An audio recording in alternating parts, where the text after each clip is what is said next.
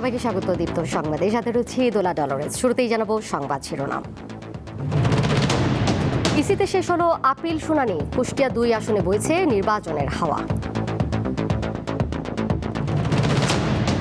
গুমের মামলায় জিয়াউল আহসানের বিচার শুরু, সাক্ষ্য গ্রহণ হবে 8 ফেব্রুয়ারি। দেশে পৌঁছেছে ফুটবল বিশ্বকাপের মূল ট্রফি, দর্শকদের সেশন হোটেল রেডিসনে।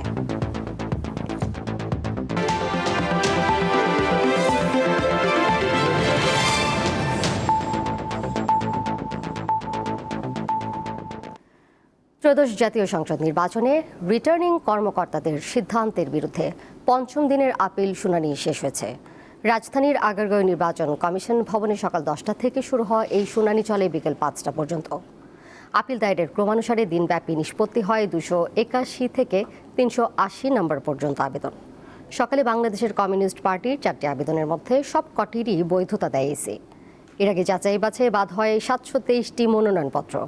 এর মধ্যে 645টি আপিলের ওপর শুনানি হয়। প্রার্থীরা লেভেল প্লেইং ফিল্ড নিশ্চিত ও নিরাপত্তা জোরদারের আহ্বান জানান।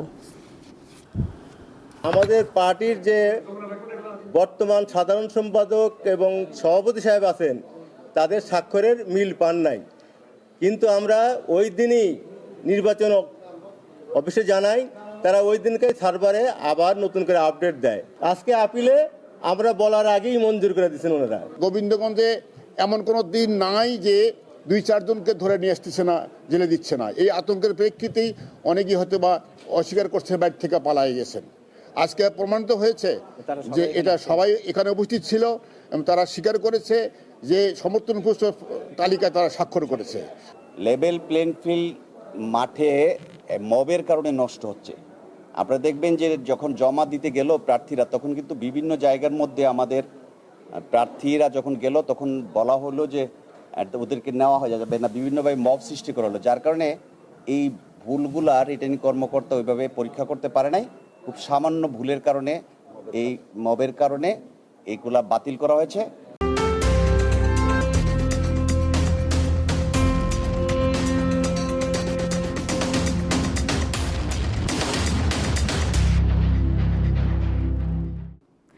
কুষ্টিয়া 2 আসনে জাতীয় সংসদ নির্বাচনের হাওয়া বইছে। মাঠ চষে বেড়াচ্ছেন বিএনপি ও জামায়াতে ইসলামের প্রার্থীরা। বসে নেই অন্যরাও। এই আসনে ভোটারের সংখ্যা 4.5 লাখেরও কিছু বেশি।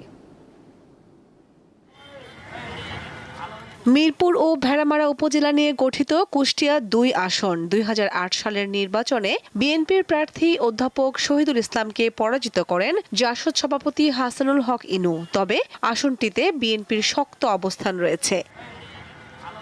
দীর্ঘ সময় পর এবার প্রতিদ্বন্দ্বিতাপূর্ণ এবং অবাধ সুষ্ঠু নির্বাচন হবে এমন প্রত্যাশা করছেন ভোটাররা। গরিবের খাবার নাই পেটে, সেটি দেখার নাই, কিন্তু ভোট দেওয়ার বেলায় এখন নতুন দ্বারা আসবে, ভালো হতে হবে। আমরা ভালো প্রার্থী চাই, যাতে আমরা চলি ফিরি, জিনিসপাতির দাম টাম কম টম হয়, নারী নির্যাতন যাতে না হয়, চাঁদাবাজি যাতে না হয়, সন্ত্রাস যাতে না হয়, এরকম একটা আগামী দিনে আমরা চাচ্ছি। যে কোনো কাজ আমার একজনের কাছে দাঁড়াতে পারি, এক কথা বলতে পারি, বললে আমাদের সমাধান হয়, সেটাও চাই। ভোটারদের মন জয়ে দৌড়ঝাঁপ করছেন বিএনপি ও জামায়াত ইসলামী সহ বিভিন্ন দলের প্রার্থীরা, দিচ্ছেন নানা প্রতিশ্রুতি। সেই সুষ্ঠু অবাধ নির্বাচন হওয়ার ক্ষেত্রে যেন এলাকার আইন শৃঙ্খলা পরিস্থিতি যেন উন্নত হয় এবং ঠিক মতো চলতে পারে, অপরাধীরা যাতে গ্রেপ্তার হয়, সেই বিষয়গুলো আমি মনে করি একটা বড় চ্যালেঞ্জ। আমি এইখানে সব বিষয়গুলোর উন্নয়নের জন্য আমি কাজ করব, যেমন কৃষি, শিক্ষা, আইন শৃঙ্খলা সহ সকল বিষয়ে আমি কাজ করব ইনশাল্লাহ। আমরা আশা করছি ইনশাল্লাহ মিরপুর ভেড়ামারার সর্বস্তরের মানুষ রিকশা মার্কার পক্ষে, বাংলাদেশ খেলাফত মজলিসের পক্ষে থাকবে। ত্রয়োদশ জাতীয় সংসদ নির্বাচনে কুষ্টিয়া 2 আসনে লড়ছেন 7 জন প্রার্থী। কামরুন নাহার, দীপ্ত, বার্তাকক্ষ। শতাধিক ব্যক্তিকে গুম করে হত্যার ঘটনায় করা মামলায় সাবেক মেজর জেনারেল জিয়াউল আহসানের বিরুদ্ধে অভিযোগ গঠন করে বিচার শুরুর আদেশ দিয়েছে ট্রাইব্যুনাল। তিনি এই মামলায় একমাত্র আসামি। তবে জিয়াউলের বিরুদ্ধে আনা অভিযোগ মিথ্যা ও ভিত্তিহীন বলে দাবি করেছেন তার আইনজীবী। আওয়ামী লীগের শাসনামলে বিরোধী রাজনৈতিক দল ও মতের লোকদের গুমের বহু অভিযোগ জমা পড়ে আন্তর্জাতিক অপরাধ ট্রাইব্যুনালে, যার মধ্যে সাবেক সেনা কর্মকর্তা জিয়াউল আহসানের বিরুদ্ধে শতাধিক মানুষকে গুম করে হত্যার 3টি অভিযোগ এনে আনুষ্ঠানিক অভিযোগ দাখিল করেছিল প্রসিকিউশন। এবার সেই ভিত্তিতেই জিয়াউলের বিরুদ্ধে অভিযোগ গঠন করে বিচার শুরুর আদেশ দিয়েছে ট্রাইব্যুনাল। বিচারপতি মোহাম্মদ গোলাম মর্তুজা মজুমদারের নেতৃত্বে 3 সদস্যের আন্তর্জাতিক অপরাধ ট্রাইব্যুনাল 1 বুধবার এই আদেশ দেয়। চিফ প্রসিকিউটর জানান, আওয়ামী লীগ সরকারের টানা শাসনামলে দেশে গুম, খুন বা দমন পীড়নের মাস্টার মাইন্ড ছিলেন তিনি। এই মামলাটি হচ্ছে এমন একটি মামলা, যে মামলাটির মাধ্যমে বাংলাদেশের গুমের যে ভয়াবহ সংস্কৃতি সেটির একটি উন্মোচন হবে জাতির সামনে। আমাদের তদন্ত সংস্থা বের করেছে যে আসলে এই ভিকটিমদেরকে আগে থেকে গ্রেপ্তার করে বনের ভিতরে নিয়ে গুলি করে হত্যা করে পরবর্তীতে সাংবাদিকদের সাথে নিয়ে গিয়ে বন্দুকযুদ্ধের অভিনয় করে ভেতর থেকে লাশগুলো বের করে এনে বলতো যে এখানে তারা ক্রস ফায়ারে মারা গিয়েছে। এরকম শত শত অপারেশন এই আসামি করেছেন, যার মধ্যে 104 জনের ব্যাপারে সোফার এই মামলাতে অভিযোগ দায়ের করা হয়েছে। বাকি অভিযোগগুলো এখনো তদন্তাধীন আছে, খুব সহজেই এই রিপোর্টগুলো দাখিল হবে। তবে আসামি পক্ষের আইনজীবীর দাবি, বিচার বহির্ভূত কোনো হত্যাকাণ্ডের সঙ্গে যুক্ত ছিলেন না জিয়াউল আহসান। ওনার সমস্ত কার্যক্রম ছিল লফুল, এটা কোনো সিস্টেমেটিক ওয়াইড স্প্রেড কিছুই না। এগুলো বাংলাদেশের আইন শৃঙ্খলা রক্ষা বাহিনীর যে সাধারণ কাজ সেগুলোই ছিল, এবং যে অভিযোগগুলো নিয়ে আসা হয়েছে এগুলো সবগুলোই মিথ্যা এবং ভিত্তিহীন। মামলার সূচনা বক্তব্য উপস্থাপন সহ সাক্ষ্য গ্রহণের জন্য আগামী 8 ফেব্রুয়ারি দিন ধার্য করেছে ট্রাইব্যুনাল। মাহিদুর রহমান, দীপ্ত সংবাদ, ঢাকা। নির্বাচনী পরিবেশ শান্ত ও সুশৃঙ্খল রাখার আহ্বান জানিয়ে যে কোনো ধরনের উস্কানিমূলক কথাবার্তা ও কর্মকাণ্ড থেকে নেতাকর্মীদের বিরত থাকতে আহ্বান জানিয়েছেন বিএনপির নেতারা। তারা আরও বলেন, শুধু রাজনৈতিক গণতন্ত্র প্রতিষ্ঠা করলেই চলবে না, দেশের টেকসই উন্নয়নের জন্য অর্থনৈতিক গণতন্ত্র নিশ্চিত করতে হবে। রাজধানীতে বুধবার আলাদা অনুষ্ঠানে দলটির নেতারা এসব কথা বলেন। রাজধানীর নয়াপল্টন এলাকায় বুধবার সকালে সাধারণ মানুষের সঙ্গে শুভেচ্ছা বিনিময় করেন বিএনপির স্থায়ী কমিটির সদস্য এবং ঢাকা 8 আসনের প্রার্থী মির্জা আব্বাস। এ সময় সাংবাদিকদের সাথে কথা বলেন তিনি। নির্বাচন ঘিরে আইন শৃঙ্খলা পরিস্থিতি নিয়ে কিছু শঙ্কার কথাও জানান বিএনপির এ জ্যেষ্ঠ নেতা। আইন শৃঙ্খলা পরিস্থিতি নিয়ে আমি নিজেও খুব শঙ্কিত, কারণ কয়েকদিন আগেও আমাদের একজন কর্মীকে হত্যা করা হয়েছে এবং গতকালও বোধহয় একজনের উপরে আক্রমণ করা হয়েছে। কিছু প্রার্থীর বিরুদ্ধে উস্কানিমূলক কথাবার্তা বলার অভিযোগ করেন তিনি। আইন শৃঙ্খলা পরিস্থিতিটা যাতে আরও খারাপ হয় এই জন্য কিছু কিছু প্রার্থী উস্কানিমূলক কথাবার্তা বলছে। আপনি খেয়াল করে দেখবেন যে আমাদের এই আসনের কিছু কিছু প্রার্থী, তাদের যে কাজকর্ম, তাদের কথাবার্তা অত্যন্ত উস্কানিমূলক। যেমন আমার সঙ্গে তারা বলতেছে, আজে বাজে কথা বলতেছে। আমি এই ব্যাপারে কোনো রিয়াকশন দিতে চাই না, দিবও না। আমরা চাই নির্বাচনটা সুশৃঙ্খল এবং সুন্দর হোক। একই দিন আন্তর্জাতিক কনভেনশন সিটি বসুন্ধরাতে Bangladesh garments, accessories, packaging manufacturers and exporters association আয়োজিত প্রদর্শনী ও আলোচনা সভায় অংশ নেন বিএনপির স্থায়ী কমিটির অপর সদস্য আমির খসরু মাহমুদ চৌধুরী। কথা বলেন ব্যবসার নানা দিক নিয়ে। আমরা সবাইকে ব্যাক টু ব্যাক সুযোগ দেব, সুযোগ দেব, নিশ্চিত থাকেন আপনারা সবাইকে। এনি এক্সপোর্ট ইন্ডাস্ট্রি 100% যারা নিয়ে আসবে তাদেরকে আমরা ব্যাক টু ব্যাক ফেসিলিটি দেবো, বন্ডেড ওয়ারহাউস দেবো। গার্মেন্ট এই সুযোগ সুবিধা পাচ্ছে, আপনারা সকলে পাবেন এই সুবিধাটা। আগামী 17 জানুয়ারি পর্যন্ত আইসিসিবিতে চলবে এই প্রদর্শনী।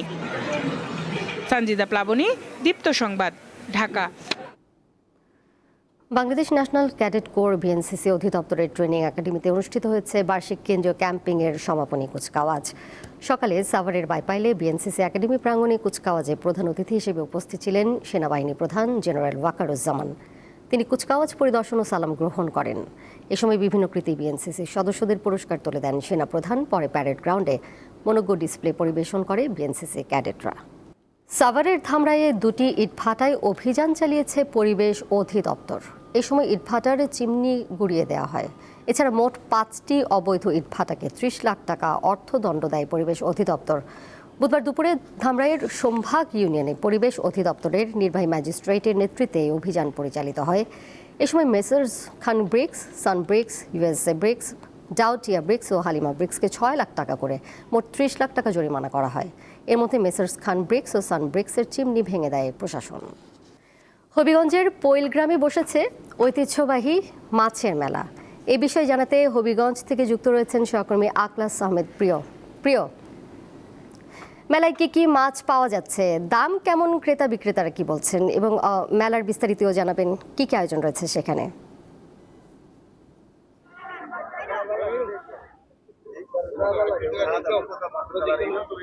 আমি সকাল থেকে অবস্থান করছি হবিগঞ্জ সদর উপজেলার ঐতিহ্যবাহী পৈল মাছের মেলা। বিশেষ করে 200 বছর ধরে এখানে স্থানীয়রা এই মাছের মেলাটির আয়োজন করে থাকেন। আমরা হবিগঞ্জ থেকে স্থানীয় মেলার মাঝে ঘুরে ঘুরে কিন্তু তারা যে মেলার মাছ দেখছেন তারা মেলায় ভিড় করেছেন। বিশেষ করে এখানে ব্রিটিশ বিরোধী বাগ্মী নেতা বিপিন চন্দ্র পালের জন্মভূমি এই মেলাকে ঘিরে মানুষ এটাকে একটি উৎসব হিসাবে দেখেন। প্রতি বছরই এই মেলা আয়োজন করা হয়। বিশেষ করে হবিগঞ্জ জেলার বিভিন্ন হাওর থেকে দেশীয় বড় বড় ধরনের আকৃতির মাছ এই মেলায় নিয়ে আসা হয়। বিশেষ করে আমরা এসে মেলা এখানে দেখেছি যে বিকেলের দিকে মেলা আসলে অনেকটাই জমজমাট হয়ে উঠেছে। একটি সাধারণ এলাকাবাসীর মাঝে এই মেলায় পরিণত হয়েছে।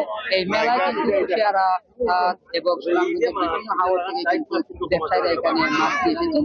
এখানে আমরা দেখেছি বড় বড় ধরনের কয়েকটি মাছ এখানে এসেছে, বাগান, কাঠ এবং আপনার অনেক ধরনের কয়েকটি মাছ এখানে এসেছে। একটি মাছ এখানে আমরা আপনাদেরকে দেখানোর চেষ্টা করছি। এই যে 120 কেজি ওজনের এই বাগাই মাছটি এখানে যে ব্যবসায়ী তিনি আমাদের জানিয়েছেন এটি হলো কুশিয়ারা নদী থেকে মাছটি নিয়ে এসেছেন। মাছটির ওজন 120 কেজি। মাছটির দাম চাচ্ছেন মূলত তিনি 2.5 লাখ টাকা। এই মাছটিকে দেখতে কিন্তু এখানে আমরা দেখেছি অনেক দর্শনার্থীরা কিন্তু ভিড় করছেন। মেলার এই মাছটি কিন্তু প্রধান আকর্ষণ। এছাড়াও এই মেলায় কিন্তু আরো বিভিন্ন ধরনের মাছ আমরা দেখেছি যে দেশীয় প্রকৃতির অনেক মাছ মেলায় নিয়ে আসা হয়েছে। এখানে স্থানীয়দের সাথে আমরা কথা বলেছিলাম এবং আয়োজক কমিটি আমাদের যেটা জানিয়েছেন এই মেলায় ঘিরে কিন্তু গভীরাত পর্যন্ত এখানে মাছ বিক্রি করা হবে। মেলায় প্রায় 2 থেকে 3 কোটি টাকার মাছ বিক্রি করা হয় বলে তিনি আমাদের জানিয়েছেন। এছাড়াও এই মেলায় অনেক ধরনের খেলনা সামগ্রী থেকে শুরু করে কৃষি পণ্য সহ বিভিন্ন সামগ্রী মেলায় এসেছে। আকলাস আহমেদ প্রিয় যুক্ত ছিলেন হবিগঞ্জ থেকে। গাজীপুরের কালীগঞ্জে বিনিরাইল গ্রামে দিনব্যাপী হয়ে গেল জামাই মেলা। বড় আকর্ষণ ছিল বড় মাছ কিনতে জামাই শ্বশুরের প্রতিযোগিতা। এই দিনটির জন্য সারা বছর অপেক্ষায় থাকেন স্থানীয়রা। জামাইরা তাদের শ্বশুরবাড়িতে যাওয়ার সময় বড় মাছ কেনেন, শ্বশুররাও কেনেন বড় বড় মাছ। এ এক অন্য রকমের আনন্দ।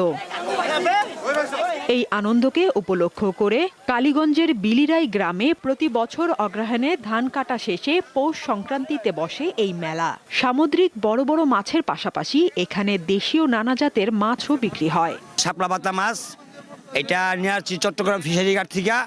এটা আছে 102 কেজি ওজন। গত বছর 10 লাখ টাকার মাল আনছি, এবার মাছের দাম বাড়তে থাকো না 6 লাখ টাকার আনছি। কোনো দোকানি বড় মাছ মাথায় তুলে জানান দেন মেলার বড় মাছটি তিনি এনেছেন।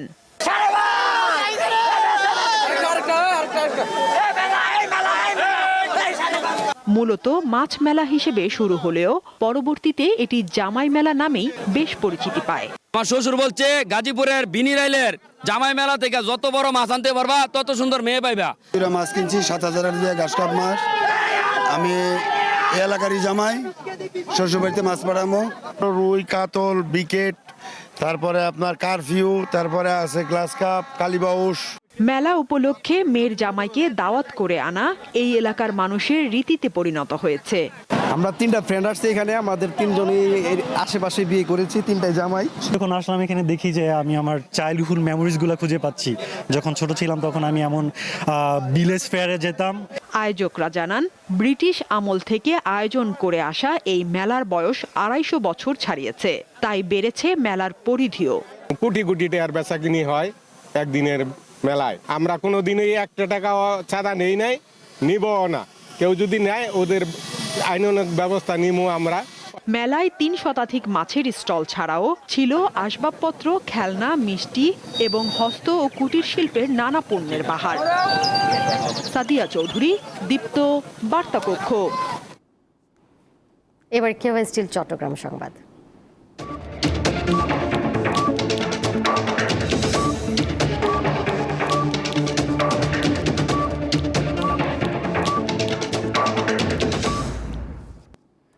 নির্বাচনে কেউ বিশৃঙ্খলা সৃষ্টি করতে পারবে না বলে মন্তব্য করেছেন স্বরাষ্ট্র উপদেষ্টা জাহাঙ্গীর আলম চৌধুরী। সকালে সাতকানিয়ায় বর্ডার গার্ড বাংলাদেশ বিজিবির ১০৪তম রিক্রুট ব্যাচের প্রশিক্ষণ সমাপনী কুচকাওয়াজ শেষে সাংবাদিকদের প্রশ্নের জবাবে তিনি এমন মন্তব্য করেন।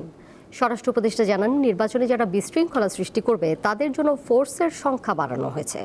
ত্রয়োদশ জাতীয় সংসদ নির্বাচনে ৮,৯৭,১১৭ জন আইনশৃঙ্খলা বাহিনীর সদস্য দায়িত্ব পালন করবেন। একই সঙ্গে আইনশৃঙ্খলা রক্ষায় বিজিবির ৩৭,৪৫৩ জন দায়িত্ব পালন করবে বলে জানিয়েছেন স্বরাষ্ট্র উপদেষ্টা। অলরেডি বাহিনী মোতায়েন আছে।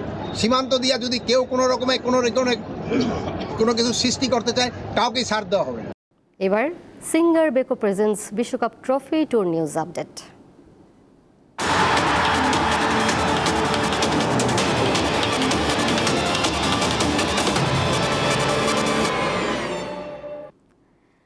বাংলাদেশে চলে এলো ফিফা ফুটবল বিশ্বকাপের মূল ট্রফি। সকাল 10টার দিকে ঢাকার মাটিতে এসে পৌঁছায় সোনালী ট্রফিটি। বিমানবন্দরে কিছু আনুষ্ঠানিকতার পর ট্রফিটি হোটেল রেডিসনে নিয়ে যাওয়া হয়। শুধুমাত্র নির্বাচিত দর্শকদের জন্য ট্রফি নিয়ে সেশনের ব্যবস্থা রাখা হয়েছে। এই সফরে ট্রফির সঙ্গে এসেছেন ব্রাজিলের বিশ্বকাপ জয়ী সাবেক ডিফেন্সিভ মিডফিল্ডার গিলবার্তো সিলভা। এবার বাংলাদেশ সহ 30টি দেশের 75টি স্থানে প্রদর্শিত হচ্ছে বিশ্বকাপ ট্রফি। 2026 সালের ফিফা বিশ্বকাপ হতে যাচ্ছে যৌথভাবে কানাডা, মেক্সিকো, যুক্তরাষ্ট্রে। এর আগে বাংলাদেশে 2002, 2013 ও 2022 সালে বিশ্বকাপ ট্রফি এসেছিল।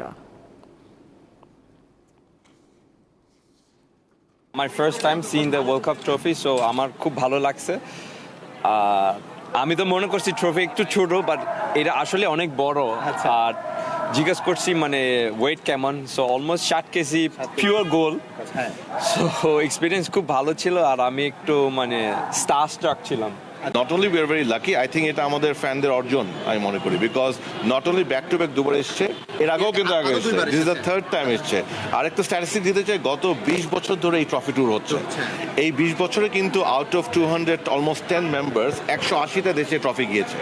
সো এই 180টা দেশের মধ্যে কিন্তু বাংলাদেশ আছে, কিন্তু এই বাংলাদেশ কিন্তু 3বার অলরেডি পেয়েছে। সো ডেফিনেটলি, এবং এবছর 30টা দেশে যাচ্ছে। এবছর কিন্তু কোকের একটি বিশেষ বছর, this is the 20th year celebration. So সেই 20তম বছর সেলিব্রেশনও তারা বাংলাদেশকে রেখেছে। সো আমি বিশ্বাস করি এবং আমি মনে করি এটা আমার বাংলাদেশের ফুটবল ফ্যান যারা, তাদের অর্জন। এ বিষয়ে আরও জানবো হোটেল রেডিসন ব্লু থেকে এই মুহূর্তে সরাসরি যুক্ত রয়েছেন সহকর্মী মোহাম্মদ হাসিব। ট্রফিটি ঘিরে তো অনেকেরই আগ্রহ রয়েছে, কিন্তু শুধুমাত্র নির্বাচিত দর্শকরাই এটি দেখার সুযোগ পাচ্ছেন। সাধারণ মানুষের এই ট্রফি দেখার সুযোগ থেকে যে বঞ্চিত হচ্ছেন, এটি নিয়ে সংশ্লিষ্টরা কি বলছেন?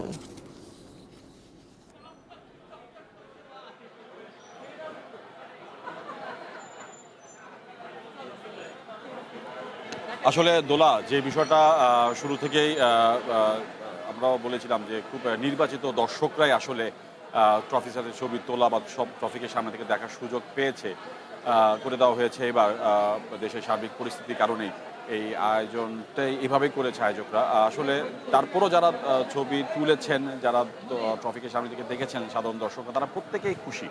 আসলে দেশের পরিস্থিতির কারণেই তারা আসলে এই উদ্যোগটাকেও খুব পজিটিভলি নিয়েছেন।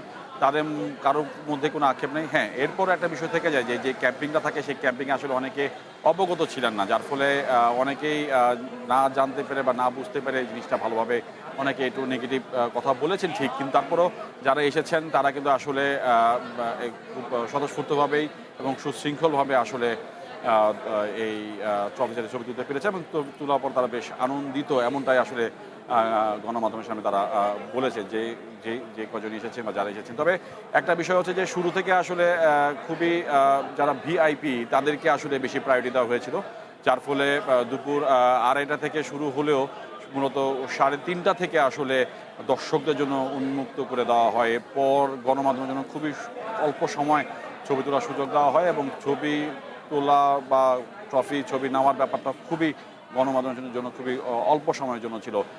একটা তথ্য একটু দিয়ে রাখি যে প্রথম দিকে যে একটি বিষয় আমাদেরকে জানানো হয়েছিল যে ট্রফি সাথে ছবি তোলার পর বা এই আজকের এই আয়োজনটা হয়ে যাওয়ার পরে গণমাধ্যমের সাথে একটা মিডিয়া সেশন হবে, যেখানে আমাদের জাতীয় ফুটবল দলের অধিনায়ক জামাল ভুঁইয়ার সাথে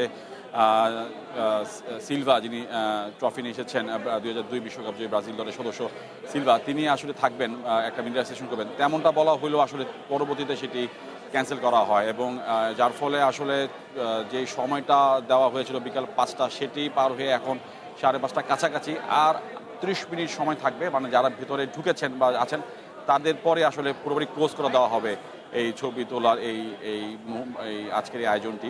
এবং আজকে ঢাকায় ট্রফিটি রাখা হবে, আগামীকাল দক্ষিণ কোরিয়ার উদ্দেশ্যে সকালবেলায় ট্রফিটি বাংলাদেশ ত্যাগ করবে। দোলা।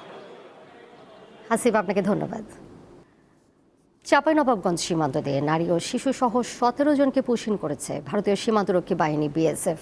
মঙ্গলবার রাতে জেলার গোমস্তাপুর উপজেলার চারালডাঙ্গা সীমান্ত দিয়ে তাদের পুশিন করা হয়। বুধবার ভোরে তাদেরকে আটক করে বিজিবির 16 ব্যাটালিয়নের অধিনায়ক এ তথ্য নিশ্চিত করেন। তিনি বলেন, সীমান্ত এলাকা দিয়ে দেশে প্রবেশ করেন 17 জন। পরে সীমান্ত থেকে প্রায় 3 কিলোমিটার দূরে শিবনগর বাজার থেকে তাদের আটক করা হয়। আটককৃতদের মধ্যে 8 জন পুরুষ, 5 জন নারী ও 4 জন শিশু। তারা সবাই খুলনা ও যশোরের বাসিন্দা। আন্তর্জাতিক প্রসঙ্গ। ইরানে চলমান সরকার বিরোধী বিক্ষোভে নিরাপত্তা সদস্য সহ অন্তত 2000 মানুষ নিহত হয়েছেন বলে জানিয়েছেন দেশটির এক সরকারি কর্মকর্তা। মঙ্গলবার বার্তা সংস্থা রয়টার্সকে তথ্য জানান তিনি। টানা 2 সপ্তাহ দেশ জুড়ে বিক্ষোভ ও কঠোর দমন পীড়নের পর ইরানি কর্তৃপক্ষের কোনো কর্মকর্তার পক্ষ থেকে এটি প্রথম মৃত্যু সংখ্যার স্বীকারোক্তি। তবে নিহতদের মধ্যে কতজন বিক্ষোভকারী আর কতজন নিরাপত্তা বাহিনীর সদস্য সে বিষয়ে বিস্তারিত তথ্য দেননি তিনি। এদিকে ইরানি বিক্ষোভে অন্তত 2571 জন নিহত হয়েছে বলে দাবি করেছে human rights activist news agency. নিহতদের মধ্যে 12 শিশুও রয়েছে বলে জানিয়েছে সংস্থাটি। এছাড়া এ পর্যন্ত 18,434 জনকে গ্রেপ্তার করা হয়েছে বলেও জানানো হয়। উদ্ভূত পরিস্থিতিতে ইরানের সাথে সব ধরনের আলোচনা বাতিল করেছেন যুক্তরাষ্ট্রের প্রেসিডেন্ট ডোনাল্ড ট্রাম্প। থাইল্যান্ডের উত্তর পূর্বাঞ্চলে চলন্ত একটি ট্রেনের ওপর নির্মাণাধীন ক্রেন ভেঙে পড়ে 22 জন নিহত হয়েছেন। আহত হন কমপক্ষে 79 জন। তাদের মধ্যে 8 জনের অবস্থা আশঙ্কাজনক বলে জানিয়েছে কর্তৃপক্ষ। বিবিসি জানায়, স্থানীয় সময় বুধবার সকাল 9টার দিকে নাখন রাজ্যাসীমা প্রদেশের সিকিও জেলার বানথানন খোট এলাকায় এই দুর্ঘটনাটি ঘটে। ব্যাংকক থেকে উবন রাজ্যাথানি প্রদেশগামী ট্রেনটির ওপর একটি বিশাল ক্রেন ভেঙে পড়ে। এতে ট্রেনের একটি বগি লাইনচ্যুত হয় এবং কিছু সময়ের জন্য আগুন ধরে যায়। দুর্ঘটনার সময় লাওস সীমান্ত থেকে ব্যাংকক পর্যন্ত একটি উচ্চগতির রেল প্রকল্পের নির্মাণ কাজ চলছিল বলে জানা গেছে। পুলিশ জানায়, দ্রুত গতির রেল লাইন নির্মাণের কাজ চলাকালে ক্রেনটি হঠাৎ ভেঙে পড়ে চলন্ত ট্রেনটিকে আঘাত করে। উদ্ধার কাজ চলমান থাকায় মৃতের সংখ্যা আরও বাড়তে পারে। এর সাথে শেষ করব দীপ্ত সংবাদ। যাবার আগে শিরোনামগুলো জানিয়ে দেব আরও একবার। ইসিতে শেষ হলো আপিল শুনানি। কুষ্টিয়া 2 আসনে বইছে নির্বাচনের হাওয়া। গুমের মামলায় জিয়াউল আহসানের বিচার শুরু। সাক্ষ্য গ্রহণ হবে 8 ফেব্রুয়ারি। দেশে পৌঁছেছে ফুটবল বিশ্বকাপের মূল ট্রফি। দর্শকদের সেশন হোটেল রেডিসনে।